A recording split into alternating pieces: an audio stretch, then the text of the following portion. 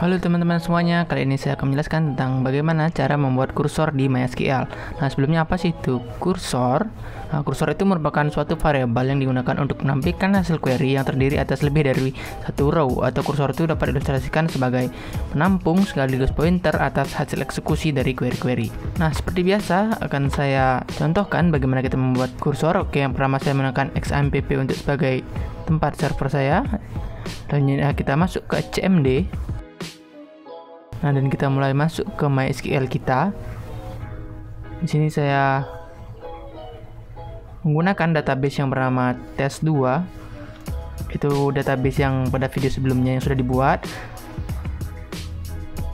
Selanjutnya bisa kita lihat tabel yang terdapat pada database ini hanya tabel barang. Maka sebelum kita membuat kursor, kita akan membuat dulu tabel-tabelnya yang kita butuhkan.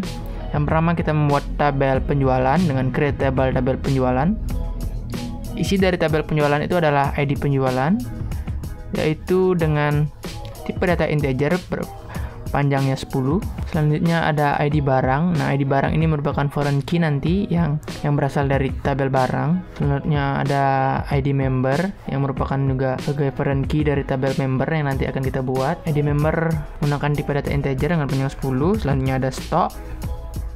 Nah, stok ini merupakan stok yang terjual di tabel penjualan dengan tipe data integer panjangnya 10.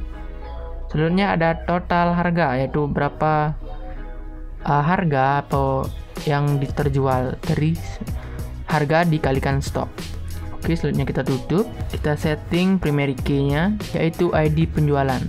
Oke, query-nya sudah berhasil. Selanjutnya kita akan membuat tabel member. Oke, isi dari member adalah yang pertama ID member tentunya sebagai pembeda dari setiap member dengan tipe data integer dan panjangnya 10. Selanjutnya ada nama member. Kita gunakan tipe data varchar dengan panjang 20 karakter. Oke, kita tutup. Selanjutnya kita setting primary key-nya, yaitu ID member. Oke, query-nya sudah berhasil. Selanjutnya kita membutuhkan tabel satu lagi, yaitu tabel report cell. Nah, report cell ini merupakan tabel yang akan kita taruhi hasil dari kursor.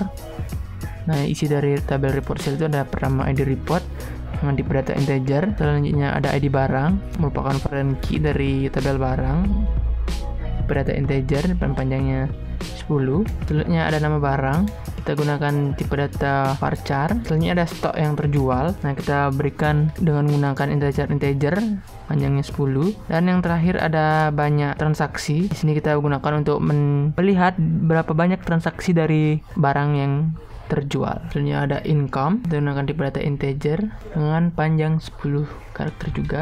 Nah, kita set primary key-nya, yaitu adalah ID report.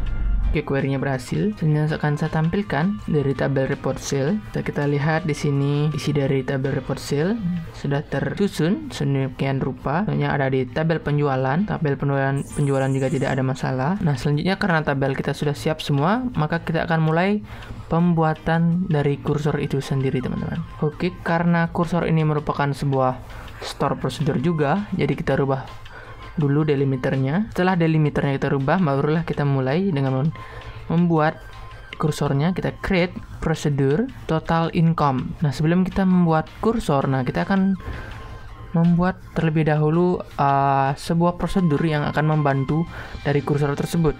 Nah, prosedur ini saya beri nama prosedur total income yang berfungsi untuk mentotal dari income per produk pada tabel penjualan. Akan kita mulai di sini query-nya. Yang pertama kita setting terlebih dahulu income, yaitu adalah variable yang telah kita buat, yaitu income. Kita select, cara-cara katakan dengan menyimpannya di total harga. Nah, kita select dari tabel penjualan, yaitu ID barang. Nah, nilai dari ID barang kita akan simpan di ID barang, sehingga akan lebih mempermudah untuk nanti pada kursor. Selanjutnya sama pada amount dan quantity. Nah, pada quantity yang kita set adalah pada tabel penjualan, yaitu di stok. Nah, jadi di quantity ini akan menghitung berapa penjualan stok. Nah, pada tabel penjualan stoknya itu berapa, maka dia akan menghitung totalan jumlah dari penjualan stok di penjualan. Oke, prosedur pertama kita sudah selesai. Selanjutnya barulah kita akan memulai membuat kursor kita dengan create prosedur, karena kursor itu merupakan sebuah prosedur, namun pada dalamnya itu akan sedikit agak berbeda. Kita beri nama prosedur kita adalah report sale, kurung buka kurung tutup. Selanjutnya kita begin. Nah, karena ini sebuah kursor, nah jadi kita membutuhkan beberapa variabel untuk membantu kursor tersebut dapat berjalan. Yang pertama saya mendeklar yaitu ID dengan tipe data integer, nama variabel karakter dengan tipe variabel karakter. Selanjutnya ada selesai. Nah, selesai ini kita gunakan untuk pertanda mengakhiri dari kursornya atau mengakhiri perulangan dari kursor. Kita setting di default 0. Nah, di sini kita akan mulai mendeklar kursor kita. Nah, saya memberi nama kursornya record barang. Nah, selanjutnya kita klik kursor for select ID barang, nama barang, from tabel barang, order by ID barang. Selanjutnya kita deklarasi continue handler for SQL state 02000. Nah, kita akan mendeklarasikan agar kursor itu mengecek dari tiap baris pada kolom. Nah, kita mendeklar nama yaitu SQL state 02000, yaitu adalah sebagai pertanda dari end of file atau sampai benar-benar file terakhir dari yang akan dicek. Nah, jika dia sudah selesai atau dia sudah berada pada akhir, nah dia akan men-set selesai itu sama dengan 1, yang berarti selesai true, artinya dia sudah selesai. Lalu kita transit atau mengosongkan tabel, isi tabel yang kita kosongkan adalah report cell. Selanjutnya kita buka nama kursor kita, open record barang. Nah, selanjutnya kita akan membuat perulangan while, yaitu while not selesai. Nah, jika selesai itu masih belum memenuhi syarat, nah akan dilakukan fetch record barang yaitu ke ID dan nama. Jadi data-data yang sudah dibaca akan disimpan ke variabel ID dan variabel nama. Nah, selanjutnya kita tambahkan perulangan if not selesai, then jika dia belum selesai maka akan dipanggil store prosedur yang sudah kita buat tadi, yaitu bernama total income, yang diambil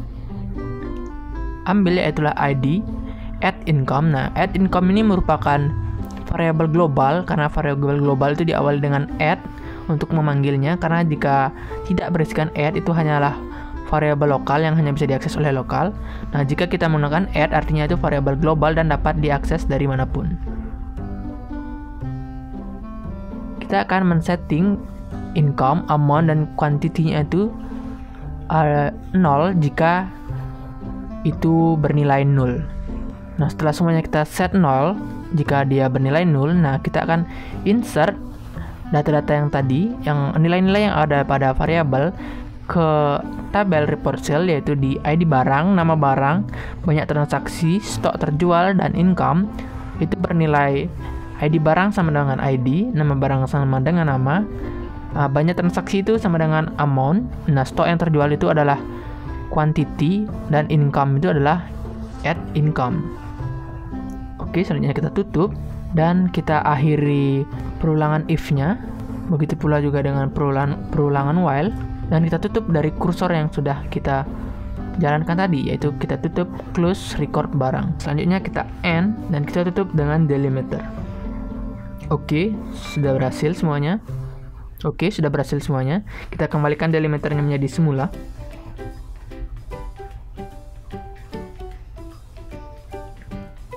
Nah, selanjutnya ketika kita akan mengecek apakah kursor yang sudah kita buat itu benar-benar berjalan, sebelumnya kita akan mengecek dulu dari tabel report cell. Nah, bisa kita lihat isi dari tabel report cell itu adalah kosong atau tidak berisi apa-apa. Selanjutnya kita lihat kolom yang ada di pada tabel penjualan. Bisa kita lihat pada tabel member juga belum terisi data, jadi kita akan isikan terlebih dahulu tabel member, karena pada tabel penjualan kita membutuhkan ID member, sehingga kita perlu mengisikan member terlebih dahulu. Kita gunakan insert into tabel member dengan nilai ID member 1, yaitu kita beri nama contoh saja Budi. Oke, sudah berhasil. kita lihat pada tabel member. Oke, ID member 1 dan nama membernya adalah Budi. Nah, barulah sekarang kita dapat mengisi dari tabel penjualan. Nah, kita lihat juga pada tabel penjualan ini masih kosong. Nah, karena kursor kita adalah untuk melihat total income dari hasil penjualan kita, maka kita juga perlu mengisi dari tabel penjualan. Nah, sekarang kita akan mengisi tabel penjualan kita. Kita lihat dulu barang apa saja yang bisa kita jual. Oke, dan kita coba menjual buku tulis. Oke, kita coba tambahkan terlebih dahulu satu member lagi agar terdapat 2 member. Nah, member yang kedua ini akan kita beri nama Agus. Oke, sudah berhasil, dan maka selanjutnya kita akan masukkan data pada tabel penjualan. Kita berikan nilai pada tabel penjualan, itu ID penjualan 1, ID member 1, dan ID barangnya 1. Selanjutnya stok yang terjual adalah 10, yaitu buku tulis kita jual 10 dengan harga 5.000, maka 5.000 kali 10 adalah 50.000. Oke, data sudah berhasil. Selanjutnya kita masukkan nilai ID penjualan 2, ID barang yang dibeli adalah 2, ID member 1, dan total yang dibeli adalah 2, yaitu pensil seharga 3.500, maka 3.500 dikali 2 adalah 7.000. Selanjutnya untuk penjualan yang ketiga, kita berikan nilai ID penjualannya adalah 3. Nah, ID barangnya adalah 1, ID membernya adalah 2.